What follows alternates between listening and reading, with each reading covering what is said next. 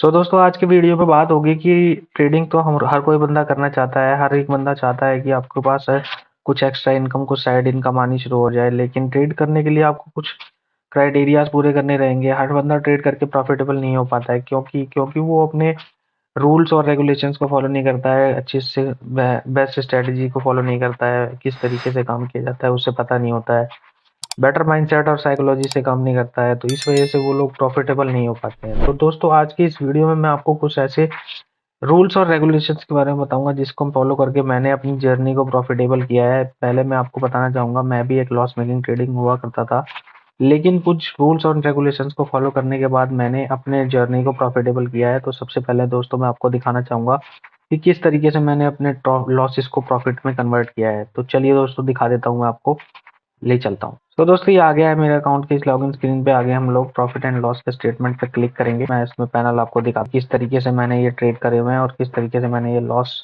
करा हुआ है, जिसके अंदर मेरे को दिखा, आप ये देख सकते हैं 32,000 का लॉस है फाइनेंशियल ईयर 2022-23 के अंदर। 18,000 रुपए का रियलाइज नेट रियलाइज लॉस है और 13,000 14,000 रुपए की चार्जेस है। तो सबसे बड़ी बात प्रॉफिटेबल होने के लिए क्या आती है, इसके अंदर जो आपको चार्जेस एंड टैक्सेस होते हैं, ये आपको ब्रोकरेज एंड चार्जेस ये मार देते हैं। क्योंकि अगर आप प्रॉफिटेबल होना भी चाहें और अगर आपके ट्रेड सही भी जा रहे हो तो लेकिन ये जो रहते हैं चार्जेस आपके इतने ज़्यादा हुआ करते हैं कि ये आपकी ऑलमोस्ट जितना आपका लॉसेस होता है उतना ही चार्जेस भी हो जाता है। तो दोस्तों अब हम आ गए हैं प्रॉफिटेबल जर्नी पे। तो इसके अंदर हम लोग आ गए हैं, हमारा प्रॉफिट है ये 2024-25 का। जिस ईयर का मैं अभी रिफ्रेश करके उसको दिखाऊंगा, ये 24,000 25,000 के आसपास का प्रॉफिट है। कोई भी इसके अंदर हम लोगों ने जून जून के मंथ में प्रॉफिट किया, जुलाई में, अगस्त में थोड़ा सा प्रॉफिट है, जुलाई सितंबर में प्रॉफिट ही है, और ये अक्टूबर में भी थोड़ा सा लॉस है, जो कि मैंने इंट्राडे में अपना कुछ रूल्स ब्रेक कर दिए थे, इसलिए थोड़ा सा लॉस हो गया। बाकी ऑलमोस्ट प्रॉफिटेबल हम लोग हो गए हैं। तो इस ईयर के अंदर हमारा सारा प्रॉफिट ही है। और लॉसेस का मैं दिखा देता हूँ आपको। 2022 की बात करी जाए, 2022 में मेरे लॉसेस हुआ करते थे। मैं भी आपकी तरह लॉस मेकिंग ट्रेडर हुआ करता था। काफ़ी ज़्यादा मैंने इसके अंदर रिसर्च करी है और over a period of time मुझे पता लगा है कि कुछ रूल्स जो मेरे बनाए हुए हैं और इसके अंदर मैं प्रॉफिटेबल मैं हो चुका हूँ। आपको दिखा देता हूँ दिस ईयर का। तो ये प्रॉफिट आ चुका है। तो चलिए दोस्तों अब रूल्स की बात कर लेते हैं, कौन से रूल्स है, किस तरीके से फॉलो करने हैं, क्या स्ट्रेटजी है। सबसे पहले आए थे रूल नंबर 1 के ऊपर। रूल नंबर 1 है इंट्राडे, नो इंट्राडे ट्रेडिंग। मैंने भी अब इंट्राडे ट्रेडिंग को अवॉइड कर दिया है, कोई भी इंट्राडे ट्रेड नहीं करता हूँ। इंट्राडे एक हाईली रिस्की ट्रेड हो जाता है। अगर उसमें आपका प्रॉफिट आया तो आया, नहीं तो अदरवाइज आपको लॉस बुक करके जाना ही पड़ेगा, और वो लॉस आपका बड़ा भी हो सकता है। इसके इसीलिए इससे अच्छा है कि, और रिस्क भी उसमें ओवरऑल 50-50% के चांसेस होते हैं। अगर आपकी कोई भी स्ट्रेटजी है उसमें अगर आप प्रॉफिटेबल हो भी गए तो आपकी जो ब्रोकरेज एंड चार्जेस है वो आप लॉस मेकिंग बना देते हैं, क्योंकि उसके चार्जेस आपके जितनी भी ट्रेड करेंगे उससे हाफ एंड 50% तो आपका चार्जेस में ही चला जाएगा। तो इसीलिए अवॉइड करना चाहिए, क्योंकि इंट्राडे करके कोई बेनिफिट नहीं होता। Over a period of time आपका ये लॉस में ही निकल के आता है। दूसरा, ऑप्शन ट्रेडिंग को अवॉइड करना चाहिए, क्योंकि अवॉइड करने ऑप्शन ट्रेडिंग के अंदर कोई भी रिस्क मैनेजमेंट फॉलो नहीं हो पाता है। और दूसरा नंबर, आप किसी भी स्ट्रेटजी से ट्रेड करते हैं उसमें लॉसेस और प्रॉफिट एंड लॉसेस के स्टेजेस जाते रहते हैं। उसके अंदर आपकी साइकोलॉजी भी बिगड़ जाती है और आपकी जो प्रॉफिटेबल कंसिस्टेंसी होती है वो आप टूट जाती है। और एक बार लॉस में आने के बाद आप उसके बाद और हैवी बड़े बड़े ट्रेड लिया करते हैं, जिससे आप सोचते हैं कि प्रॉफिट हो जाएगा, कवर हो जाएगा, लेकिन वो कवर होने की बजाय मार्केट आपका जो कैपिटल है वो ड्रॉ डाउन फेज में चला जाता है, और कैपिटल ड्रॉ डाउन होता चला जाता है, और एक समय ऐसा आता है कि आप कैपिटल ही जीरो हो जाती है। तो इसलिए ऑप्शन ट्रेडिंग सबसे ज़्यादा बेकार चीज़ है मेरी नज़र से। ये ऑप्शन ट्रेडिंग ये एक लत की तरह बन गई होती है, इसीलिए इससे थोड़ा सा दूर रहना चाहिए। तीसरा नंबर, हम लोग अवॉइड करेंगे किसी भी पेनी स्टॉक में या लो वैल्यूम स्टॉक्स के अंदर। हम लोग इसमें अवॉइड करते हैं कोई भी स्टॉक्स जो जो कि पेनी स्टॉक है, 2 5 10 रुपए का, इसे हम लोग ट्रेड के अंदर नहीं करेंगे, क्योंकि ये जो शेयर्स होते हैं ये मैनिपुलेटेड होते हैं। और दूसरा नंबर, इसको पंप एंड डंप किया जाता है, इसके अंदर न्यूज़ चलाई जाती है, और जो जो बड़े प्लेयर होते हैं वो इसके अंदर न्यूज़ चलाते हैं और अपना माल को बेच के यहाँ से जो पब्लिक है उसको, रिटेल पब्लिक को फंसा के अपना माल दे देते हैं, और जो है रिटेल पब्लिक फंस जाती है, उनको बड़ा लॉस बियर करना पड़ता है। और दूसरा नंबर, इनके अंदर सर्किट लगा करते हैं, तो सर्किट में आप निकल भी नहीं पाएंगे। किसी भी लोअर लेवल पे भी अगर आप सोचे कि निकल जाएंगे तो निकल नहीं पाएंगे, इसके अंदर अवॉइड करना चाहिए इसीलिए पेनी स्टॉक्स को।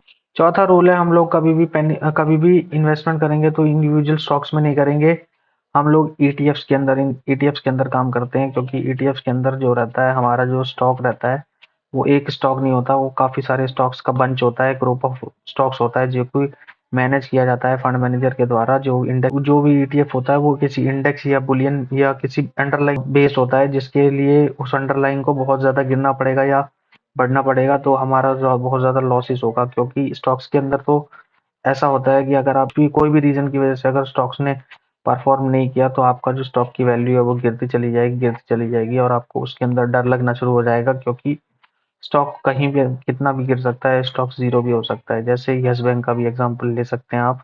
और अगला अगला है हमारा नो लॉन्ग टर्म होल्डिंग। किसी भी स्टॉक को मैं जो ईटीएफ को जो मैं ट्रेड करता हूँ तो उसके अंदर कभी भी ये व्यू नहीं होता है कि मैं उसको होल्ड करूंगा बहुत लंबे समय तक या मल्टी बैगर उसको बनाऊंगा।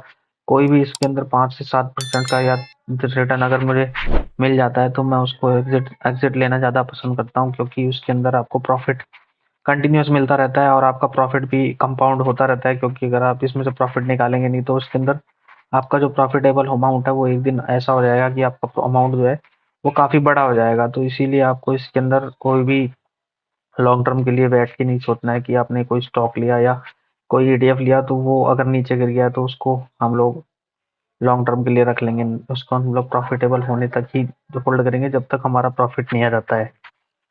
अगला है, हम लोग खाली ईटीएफ के अंदर ट्रेड करेंगे। ईटीएफ के अंदर ट्रेड करने से काफ़ी ज़्यादा बेनिफिट ये होगा, आपका जो है ईटीएफ के अंदर गिरने पे आपको डर नहीं लगेगा लोअर लेवल पे, और आप क्वांटिटीज एवरेज कर पाएंगे और इसके अंदर जो स्विंग्स रहते हैं वो अच्छे खासे आया करते हैं, तो आप इसके अंदर प्रॉफिटेबल हो पाएंगे और प्रॉफिट लेके निकल भी पाएंगे, क्योंकि स्टॉक्स के मुकाबले ये थोड़ा-सा कम रिस्की होते हैं, क्योंकि स्टॉक्स एक पर्टिकुलर कंपनी का होता है और इसके अंदर काफ़ी सारी कंपनी उसके सेम सेम क्वालिटी के काफ़ी सारी कंपनियों का bunch of group of stocks होते हैं, तो इसके अंदर गिरावट होने के चांसेस कम होते हैं, क्योंकि अगर कोई स्टॉक्स अच्छा परफॉर्म नहीं करता है तो इन ईटीएफ्स के अंदर से उसको आउट कर दिया जाता है और इसको नया जो अगला स्टॉक होता है वो उसको अंदर इन हो जाता है, तो ये इसके अंदर बेनिफिट रहता है। अगला है हमारा swing trade in ETF. ETF के अंदर स्विंग ट्रेड ही करना चाहिए, क्योंकि ईटीएफ का जो फ्लक्चुएशन होता है ऊपर या नीचे करके चलते ही है, हमें अपने लोअर लेवल या सपोर्ट के पास पास उसको खरीदना होता है। ये हम लोग इस स्ट्रैटेजी के हिसाब से खरीदते हैं, जो कि एक शीट बनी हुई है,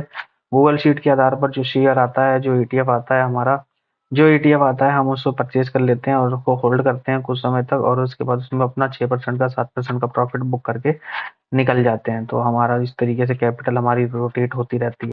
अब दोस्तों बात कर लेते हैं हमारी इस स्ट्रेटजी के बारे में, जिसके बारे में मैं आपको बताऊंगा स्ट्रेटजी में हम लोग किस तरीके से ट्रेड करते हैं। स्टॉप लॉस हमारी स्ट्रेटजी के अंदर मैं यूज नहीं करता हूँ, क्योंकि कोई भी ईटीएफ अगर नीचे गिरता है तो हमारे लिए एक अपॉर्चुनिटी हो सकती है और उसके अंदर हम लोग काफ़ी ज़्यादा और इन्वेस्टमेंट बढ़ा के अपनी एवरेज को डाउन कर सकते हैं, और एवरेज डाउन होने के बाद जल्दी से जल्दी हमारे ओवरऑल अमाउंट के ऊपर प्रॉफिट हमें मिल जाता है। तो इसको आप एवरेज डाउन करके प्रॉफिट जल्दी आ सकता है आपका, ये आपका बेनिफिट आपको ईटीएफ्स में ही मिलेगा। स्टॉक्स में आपको डर लग सकता है, क्योंकि स्टॉक कितना भी कर सकता है। एवरेज डाउन कर सकते हैं हम लोग ईटीएफ के अंदर, जैसे मैंने आपको बताया, अगर आपने कोई ईटीएफ खरीदा अगर वो नीचे गिर जाता है 4 से 5% तो हम उसको एवरेज कर लेते हैं, और एवरेज डाउन करते करते हमारा जो ईटीएफ होता है हमारी कॉस्ट के आसपास आ जाता है, जहाँ पर उसका एलटीपी चल रहा होता है उसके आसपास हमारी कॉस्ट आ जाती है। जैसे ही वो रिवर्स होता है हमको यहाँ से ही प्रॉफिट आना शुरू हो जाता है, और हम इसको 6 से 7% का प्रॉफिट कैप्चर करने के बाद अपनी कॉस्ट पे जो यहाँ से हमने पहली परचेज करी थी वहां तक पहुंचते हुए भी हमारा जो है प्रॉफिट आ चुका होता है। तो ये आपको बेनिफिट मिलता है इसके अंदर एवरेज डाउन करने का।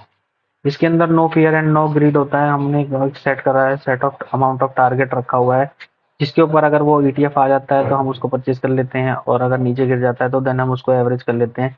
इसके हिसाब से हम लोग ट्रेड करते हैं, कोई भी इसके अंदर फियर और ग्रीड नहीं होता है, क्योंकि अगर मार्केट गिर रहा होता है तो उसमें डर लगने के चांसेस बहुत कम है, क्योंकि अगर आप ईटीएफ में बने हुए हैं तो आपको डरने की कोई बात नहीं है, क्योंकि ईटीएफ कभी जीरो नहीं होगा और ये पैसिवली मैनेज भी होता रहता है, तो इसमें आपको कोई प्रॉब्लम वाली बात नहीं है। आप इसको लॉन्ग टर्म के लिए भी होल्ड कर सकते हैं और इसके अंदर आप ट्रेड भी कर सकते हैं फ्रीली। अगला है, इसके अंदर कैश हमारा हमेशा हमारे हाथ में होना चाहिए। कैश को अगर आप एनिमी अपना समझते हैं, कैश को अगर आप ये समझते हैं कि हमारे पास ये फालतू कैश पड़ा हुआ है, बढ़ती हुई मार्केट में जब आपके पास कैश पड़ा होता है तो आपको लगता है कि हमारा ये ये खाली पड़ा हुआ कैश हमारे लिए काम नहीं कर रहा है, तो ये हमारे लिए एक नुकसान दे रहा है, हमारा जो कैश है उस पे रिटर्न्स नहीं बन रहे हैं। ये आपकी गलतफ़हमी है, क्योंकि इसके अंदर जो आपकी मार्केट बढ़ रही है वो आपको कैश चुभ रहा है।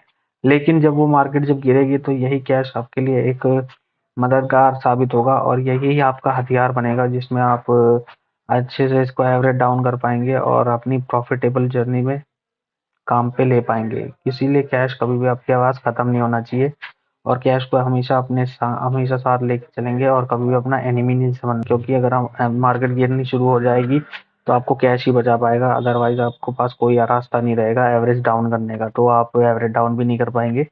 और एवरेज डाउन नहीं करेंगे तो आपका जो एवरेज प्राइस रहेगा, जब तक वहां नहीं आएगी मार्केट, तब तक आपका लॉस कभी कवर होगा ही नहीं। तो इसीलिए आपको कैश हमेशा होना चाहिए। मैं कभी भी किसी भी और अदर अदर क्वालिटी ट्रेड में नहीं करना पसंद करता हूँ। क्यों? क्योंकि इसके अंदर अगर आप इंट्राडे करेंगे तो उसमें भी आपके लॉसेस होने के चांसेस है। ऑप्शंस में तो कोई रिस्क मैनेजमेंट बनता ही नहीं है, ऑप्शंस तो बेकार है, कोई फायदा नहीं होता है इसके अंदर, कोई भी प्रॉफिटेबल नहीं होता है। As per SEBI data, SEBI खुद कहती है 95% ट्रेडर लॉस करते हैं और 5% ट्रेडर्स ओनली प्रॉफिट करते हैं, और जो 5% ट्रेडर्स प्रॉफिट करते भी हैं उनका भी प्रॉफिट 50,000 के ऊपर नहीं होता है। यहाँ तो हमारा प्रॉफिटेबल जर्नी में ही चल रहा है। ईटीएफ्स पे ओनली फोकस होता है, ईटीएफ्स के अंदर ही फोकस करता हूँ मैं, क्योंकि ईटीएफ्स के अंदर ही हमें जीरो रिस्क फ्री ट्रेड मिलता है और इसके अंदर हम लोग काफ़ी तेज़ी से और काफ़ी बड़ा अमाउंट भी इन्वेस्ट करके अपना प्रॉफिट रिटर्न अच्छे जनरेट कर पाते हैं। हमें हमेशा सीखते रहना पड़ेगा, क्योंकि अगर हमें सीखेंगे नहीं तो हम अर्न नहीं कर पाएंगे, क्योंकि लर्निंग के साथ ही अर्निंग जुड़ी हुई है। और अगर आप लर्न करते रहेंगे तो आप एक अच्छे और आप सही तरीके से मार्केट में बने रहेंगे, क्योंकि अगर आपने मार्केट में अपनी लर्निंग छोड़ दी तो आप लर्न नहीं करेंगे और मार्केट आपके साथ कुछ भी कर सकता है। इसके अंदर आपका बड़ा नुकसान भी हो सकता है अगर आप मार्केट के साथ साथ अवेयर नहीं रहेंगे। इसकी न्यूज़ और इसके अपडेट्स, किसकी तरह न्यूज़ अपडेट्स एंड क्या एक्टिविटी हो रही है, इसके बारे में आपको सारी अवेयरनेस होनी चाहिए। नुकसान होने से चांसेस कम हो जाएंगे और आप इसमें एक प्रॉफिटेबल जर्नी तय कर पाएंगे। डाइवर्सिफिकेशन आपको करके रखना चाहिए आपको, क्योंकि कभी भी ईटीएफ्स के अंदर भी अपना फुल फ्लेज अमाउंट इन्वेस्ट नहीं करना चाहिए, उसके अंदर भी पार्शियली इन्वेस्ट करना चाहिए। एक ईटीएफ के अंदर 5 से 10% के आसपास अपना कैपिटल यूज कर सकते हैं। उसके अलावा अगर आप यूज करते हैं तो आपका ये कैपिटल ब्लॉक हो सकता है और काफी समय तक, अगर जब तक वो ईटीएफ परफॉर्म नहीं करेगा तब तक आपका कैपिटल ब्लॉक हो जाएगा। इसीलिए आपको ये अवॉइड करना पड़ेगा। आपको अपनी इन्वेस्टमेंट्स को कई सारे नेस्ट में रखना पड़ेगा, जिससे आपके कभी कोई इन्वेस्टमेंट अगर आप बिक रही है, कभी किसी में आप प्रॉफिट बुक कर रहे हैं तो आपका कैश फ्लो चलता रहेगा। इसीलिए ये आपको डाइवर्सिफिकेशन मेंटेन करके चलना पड़ेगा। अब बात कर लेते हैं फ्यूचर में हमें किस किस तरह के ईटीएफ्स की जरूरत पड़ सकती है। मेरे हिसाब से अगर आपको एक ईटीएफ किसी अच्छी करेंसी का मिल जाए, करेंसी की भी अगर आप ट्रेड कर पाएँ तो बहुत अच्छा रहेगा, क्योंकि करेंसी भी एक अदर ऑप्शन हो सकती है हमारी मार्केट के अलावा, अगर आप डाइवर्सिफाई करना चाहें। और अगर अदर मार्केट्स में अगर आप इन्वेस्ट करना चाहते हैं तो अब तो ईटीएफ्स अवेलेबल हैं। मॉन 100 करके जो ईटीएफ है वो यूएस की मार्केट में इन्वेस्ट करता है, तो आप उससे मैफेंग ईटीएफ करके है ईटीएफ, वो अगर आप इन्वेस्ट करते हैं तो उसके अंदर भी आप इन्वेस्ट कर सकते हैं। वो अदर मार्केट्स को रिफ्लेक्ट करता है। तो इस तरीके से हम अपने डाइवर्सिफिकेशन करके हमारा ईटीएफ के थ्रू हम लोग अलग अलग इन्वेस्टमेंट करेंगे। और एक ईटीएफ हमारा रियल एस्टेट का भी आ जाना चाहिए, लेकिन देखते हैं अगर कुछ बनता है ऐसा कुछ तो हम लोग इसमें भी इन्वेस्ट करेंगे। अभी तो हाल फिलहाल नहीं बन रहा है, तो जैसे ही कुछ अपडेट होगा तो हम इसमें भी इन्वेस्ट करने की कोशिश करेंगे। बात करें कंक्लूजन की, कंक्लूजन सबसे पहले मेरा तो फोकस ये रहता है कि हम लोग कैसे अपने कैपिटल को प्रिजर्व कर सकते हैं, और अपने कैपिटल को प्रिजर्व करने के बाद जो हाईएस्ट रिटर्न हम लोग जनरेट कर सकते हैं, ये हमारी प्रायोरिटी होनी चाहिए कि आपको अपनी कैपिटल को प्रिजर्व करके रखना है, क्योंकि कैपिटल रहेगी तभी आप आगे उसको इन्वेस्ट और री इन्वेस्ट करके अपना प्रॉफिट जनरेट कर पाएंगे। अगर आपकी कैपिटल ही जीरो हो जाती है तो आप कुछ उसमें कर नहीं पाएंगे, फिर आपको वेट करना पड़ेगा, आपको कैपिटल अरेंज करना पड़ेगा। तो इससे अच्छा ये रहेगा कि अगर आपके पास कैपिटल है तो आप अपने काम पे ध्यान दें और इसको कैपिटल को अपने आप इन्वेस्ट करके छोड़ दें। एक सिस्टमेटिक वे से आप ट्रेड करें ताकि आपकी लॉसेस कम हो, प्रॉफिट ज़्यादा हो।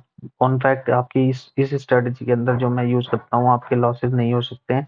जीरो लॉस स्ट्रेटजी, आपको हर मंथली कुछ ना कुछ प्रॉफिट मिल जाया करेगा और आप एक सेफ इन्वेस्टमेंट के थ्रू भी इन्वेस्टमेंट कर रहे हैं। तो आप अगर इस स्ट्रेटजी को जानना चाहते हैं तो नीचे दिए गए लिंक में मैं वीडियो को अटैच कर दूंगा ताकि आप उसमें देख पाएँ। तो अभी के लिए दोस्तों इतना ही, मिलते हैं नेक्स्ट वीडियो में। वीडियो अगर पसंद आया हो तो वीडियो को लाइक शेयर और सब्सक्राइब जरूर करें। Thank you very